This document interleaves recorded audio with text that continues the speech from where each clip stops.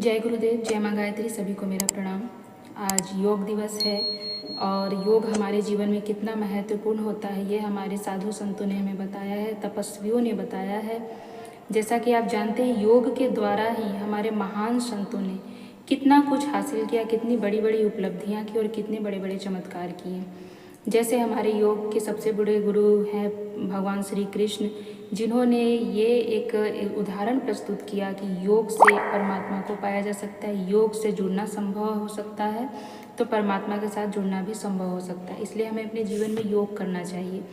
इसके बाद विवेकानंद जी, दयानंद सरस्वती जी, देवराहा बाबा, पवहारी बाबा, ये सारे जो है चमत्कार योग के साथ इन्होंने अपने जीवन में प्रस्तुत किया है। योग हमारे जीवन को शारीरिक रूप से, मानसिक रूप से बलवान बनाता है।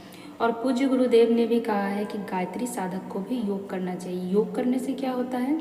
योग करने से हमारा शरीर तो बलवान होता है, बलवर्धक होता है, साथ ही साथ हमारा मस्तिष्क, हमारा मानसिक शरीर भी जो है वो भी बलवान बनता है। इसके साथ साथ हमारे शरीर में जो चक्रास हैं, जो कुंडलियाँ हैं, उन पर भी प्रभाव पड़ता है, उन पर भी दबाव पड़ता है और इससे उन पर प्रभाव पड़ने से वो जागृत भी हो सकते हैं। तो योग का एक तात्पर्य है आत्मा से परमात्मा को जोड़ना, और योग मनुष्य को बहुत ऊंचे स्तर पर ले जाता है। इसके लिए ही पूज्य गुरुदेव ने एक सम्मिलित योग बनाया है, जिसको हम लोग प्रज्ञा योग के नाम से जानते हैं। प्रज्ञा योग में गुरुदेव ने कुछ चुनिंदा आसनों को जोड़ा है और उससे हमारे होने वाले लाभ को ध्यान में रखते हुए एक श्रृंखला बना दी है, जिसके जरिए हम वो लाभ प्राप्त कर सकते हैं जो हमें लाभ प्राप्त करना चाहिए। उस योग का नाम है प्रज्ञा योग। अब प्रज्ञा योग में 16 आसन होते हैं, 16 स्टेप होते हैं और हर आसन को गुरुदेव ने गायत्री मंत्र के साथ जोड़कर करने को बोला है ताकि उसका और लाभ मिले। तो आज हम प्रज्ञा योग के बारे में जानेंगे। अगर सिर्फ हम प्रज्ञा योग ही करते हैं अपने जीवन में, दिन में सुबह शाम अगर हम 5-6 बार 10 बार जितनी ज़्यादा कर सकते हैं तो हमें योग का पूर्ण लाभ मिलता है और उससे हमारे शरीर को भी बहुत फ़ायदा होता है, मन को फ़ायदा होता है और बहुत सारी बीमारियों से भी हम बचते हैं। तो केवल जो लोग कुछ नहीं कर पाते हैं, बहुत ज़्यादा नहीं कर पाते, वो अगर प्रज्ञा योग भी कर लेते हैं, जिस प्रकार से केवल सूर्य नमस्कार करने से हमें बहुत लाभ प्राप्त होता है, वैसे ही प्रज्ञा योग करने से भी हमें बहुत महत्वपूर्ण लाभ मिलते हैं। तो आज हम यहाँ पे प्रज्ञा योग के बारे में जानेंगे और प्रज्ञा योग के सारे आसन के बारे में जानेंगे, उनको कैसे करते हैं जानेंगे, उनके चित्र भी मैं प्रस्तुत कर दूंगी और साथ ही साथ उसके लाभ को भी जानेंगे और कैसे गायत्री मंत्र के किन शब्दों के साथ किन आसन को जोड़कर करना है ये भी जानेंगे। आइए हम प्रज्ञा योग को जानते हैं और प्रज्ञा योग अपने जीवन में उतारते हैं और इसको हम नियमित रूप से अपने जीवन में लाएं। केवल अंतर्राष्ट्रीय योग दिवस के दिन ही इसे ना करें, हम इसे प्रतिदिन के अपने अभ्यास में ले आएँ और जीवन के प्रतिदिन हम इसको करने का एक संकल्प ले लें। आइए चलते हैं, हम प्रज्ञा योग के बारे में जानते हैं। क्या है प्रज्ञा योग? प्रज्ञा योग व्यायाम की इस पद्धति में आसनों, उप आसनों, मुद्राओं तथा शरीर संचालन की लोम विलोम क्रियाओं का सुंदर समन्वय है। इसमें सभी प्रमुख अंगों का व्यायाम संतुलित रूप से होता है। फलतः अंगों की जकड़न, दुर्बलता दूर होकर उनमें लोच और शक्ति का संचार होता है। विभिन्न परिस्थितियों में रहने वाले नर नारियों के लिए भी बहुत उपयोगी है। व्यायाम श्रृंखला की हर मुद्रा के साथ गायत्री मंत्र के अक्षरों को, व्याहृतियों को जोड़ देने से शरीर के व्यायाम के साथ मन की एकाग्रता और भावनात्मक पवित्रता का भी अभ्यास साथ ही साथ होता रहता है। आइए सबसे पहले जानते हैं कि इसका सबसे पहला आसन कौन सा है। इसका सबसे पहला आसन है ताड़ासन। इसको करेंगे ओम भूः। धीरे धीरे श्वास विधि पर प्रारंभ करें। दाहिने हाथ को दाहिनी तरफ, बाएं हाथ को बाईं तरफ ले जाते हुए दोनों पैर के पंजों के बल खड़े होते हुए शरीर को ऊपर की ओर खींचें। दृष्टि आकाश की ओर रखें। यह चारों क्रियाएं एक साथ होनी चाहिए। यह समूचा व्यायाम ताड़ासन की तरह संपन्न होगा। सहज रूप से जितनी देरी में यह क्रिया संभव हो कर लेने के बाद अगली क्रिया में ही जाएं। इसका लाभ क्या होता है? हृदय की दुर्बलता, रक्त दोष और कोष्ठबद्धता दूर होती है। यह मेरुदंड के सही विकास में सहायता करता है। जिन बिंदुओं से स्नायु निकलते हैं उनके अवरोधों को दूर करता है। ये पहला व्यायाम था। और दूसरा है पाद हस्तासन। इसको हम करेंगे ओम भुवा। इसकी विधि क्या है? श्वास छोड़ते हुए सामने की ओर कमर से ऊपर का भाग, गर्दन, हाथ साथ साथ को झुकाना है। हाथों को हस्त पदासन की तरह सामने की ओर ले जाते हुए दोनों हाथों से दोनों पैरों के समीप भूमि स्पर्श करें। सिर को पैर के घुटनों से स्पर्श करें। इसे सामान्य रूप में जितना कर सके उतना ही करें। क्रमशः अभ्यास से सही स्थिति बनने लगती है। इससे लाभ क्या होता है? इससे वायु दोष दूर होते हैं। इड़ा, पिंगला, सुषुम्ना को बल मिलता है। पेट व आमाशय के दोषों को रोकता तथा नष्ट करता है। आमाशय प्रदेश की अतिरिक्त चर्बी को भी कम करता है। कब्ज को हटाता है। रीढ़ को लचीला बनाता है एवं रक्त संचार में तेजी लाता है। तीसरा आसन है वज्रासन। ओम स्वः। इस वज्रासन को ओम स्वः के साथ करना है। इसकी विधि जानते हैं। हस्त पादासन की स्थिति में सीधे जुड़े हुए पैरों को घुटने से मोड़ें। दोनों पंजे पीछे की ओर ले जाकर उन पर वज्रासन की तरह बैठ जाएं। दोनों हाथ दोनों घुटनों पर, कमर से मेरुदंड तक शरीर सीधा, श्वास सामान्य। यह एक प्रकार से व्यायाम से पूर्व की आरामदेह या विश्राम की अवस्था है। इससे लाभ क्या होता है? भोजन पचाने में सहायक, वायु दोष, कब्ज, पेट का भारीपन दूर करता है। यह आमाशय और गर्भाशय की मांसपेशियों को शक्ति प्रदान करता है, अतः हार्निया से बचाव करता है। गर्भाशय, आमाशय आदि में रक्त व स्नाविक प्रभाव को बदल देता है। चौथा है उष्ट्रासन। इसको तत् शब्द के साथ करते हैं। इसकी विधि है घुटनों पर रखे दोनों हाथ पीछे की तरफ ले जाएं। हाथ के पंजे पैरों की एड़ियों पर रखें। अब धीरे धीरे श्वास को खींचते हुए उष्ट्रासन की तरह सीने को फुलाते हुए आगे की ओर खींचें। दृष्टि आकाश की ओर हो। इससे पेट, पेड़ू, गर्दन, भुजाओं सबका व्यायाम एक साथ हो जाता है। आइए इसका लाभ जानते हैं। इससे हृदय बलवान, मेरुदंड तथा इड़ा, पिघला, सुषुम्ना को बल मिलता है। पाचन, मल निष्कासन और प्रजनन प्रणालियों के लिए लाभप्रद है। यह पीठ के दर्द व अर्धवृत्ताकार को ठीक करता है। पांचवा है योग मुद्रा। इसको सवितु के साथ करते हैं। इसकी विधि जानते हैं। अब श्वास छोड़ते हुए पहले की तरह पंजों पर बैठने की स्थिति में आए। साथ ही दोनों हाथ पीछे पीठ की ओर ले जाएं व दोनों हाथ की उंगली आपस में फैलाकर धीरे धीरे दोनों हाथ ऊपर की ओर खींचें और मस्तक भूमि से स्पर्श करने का प्रयास करें। इससे लाभ क्या होता है? वायु दोष दूर करता है। पाचन संस्थान को तीव्र तथा जठराग्नि को तेज करता है। कोष्ठबद्धता को दूर करता है।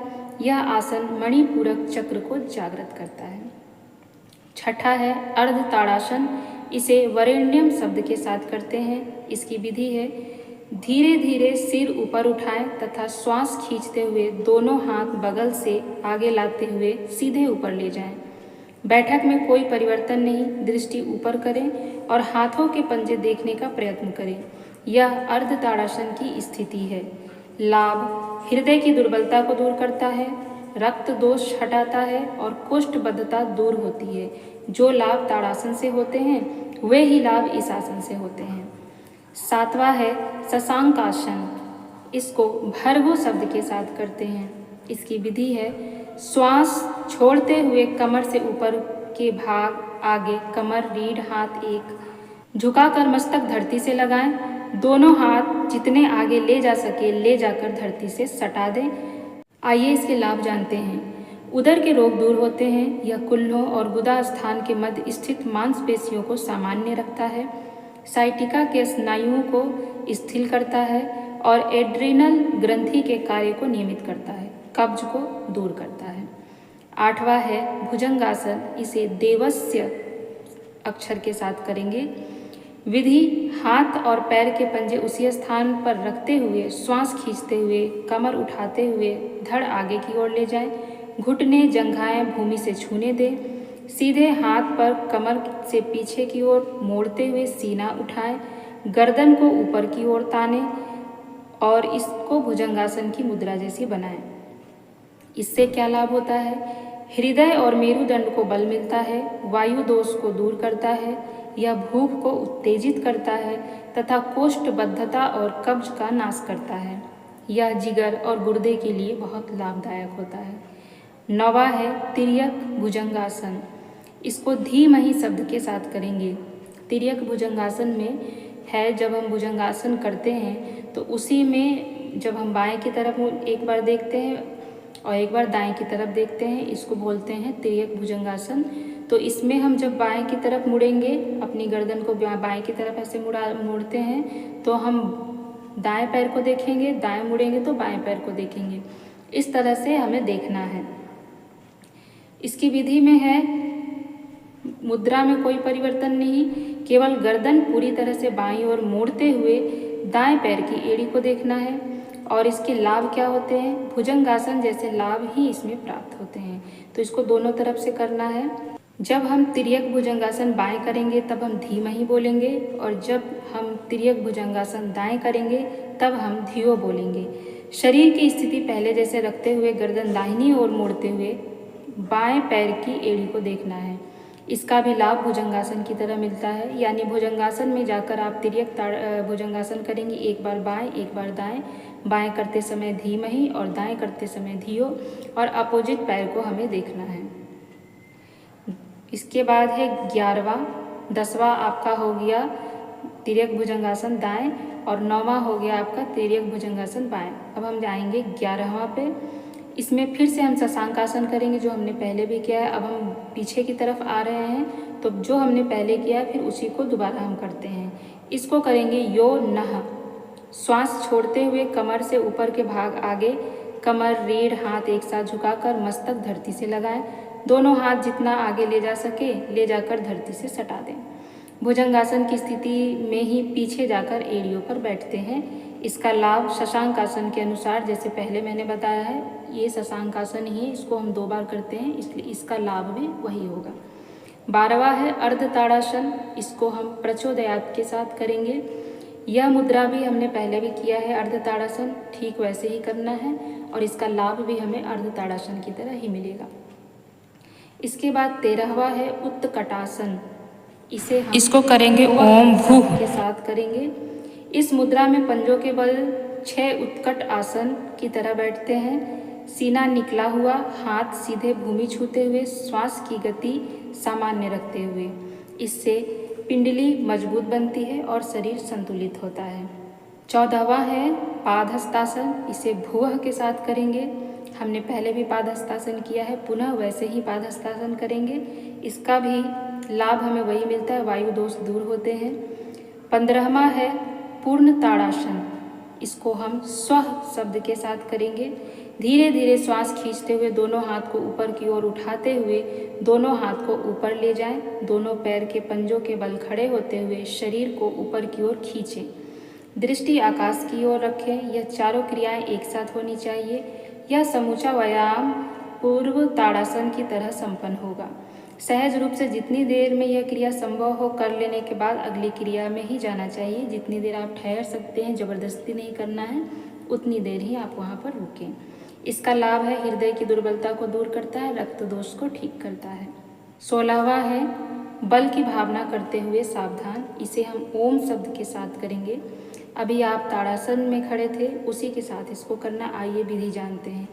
ओम का गुंजन करते हुए हाथों की मुट्ठियाँ कसते हुए बल की भावना के साथ कोहनियाँ मोड़ते हुए मुट्ठियाँ कंधे के पास से निकालते हुए हाथ नीचे लाना, सावधान की स्थिति में खड़े होना। यह क्रिया श्वास छोड़ते हुए संपन्न करें। अंत में शवासन करें। इसका लाभ है समग्र स्वास्थ्य लाभ की कामना, शरीर में स्फूर्ति तथा चैतन्यता आती है, मन प्रसन्न होता है। इस प्रज्ञा योग को कम से कम 2 बार करें और लोगों से भी कराएं। प्रथम बार गिनती में तथा द्वितीय बार गायत्री मंत्र के साथ आध्यात्मिक विकास हेतु कराएं।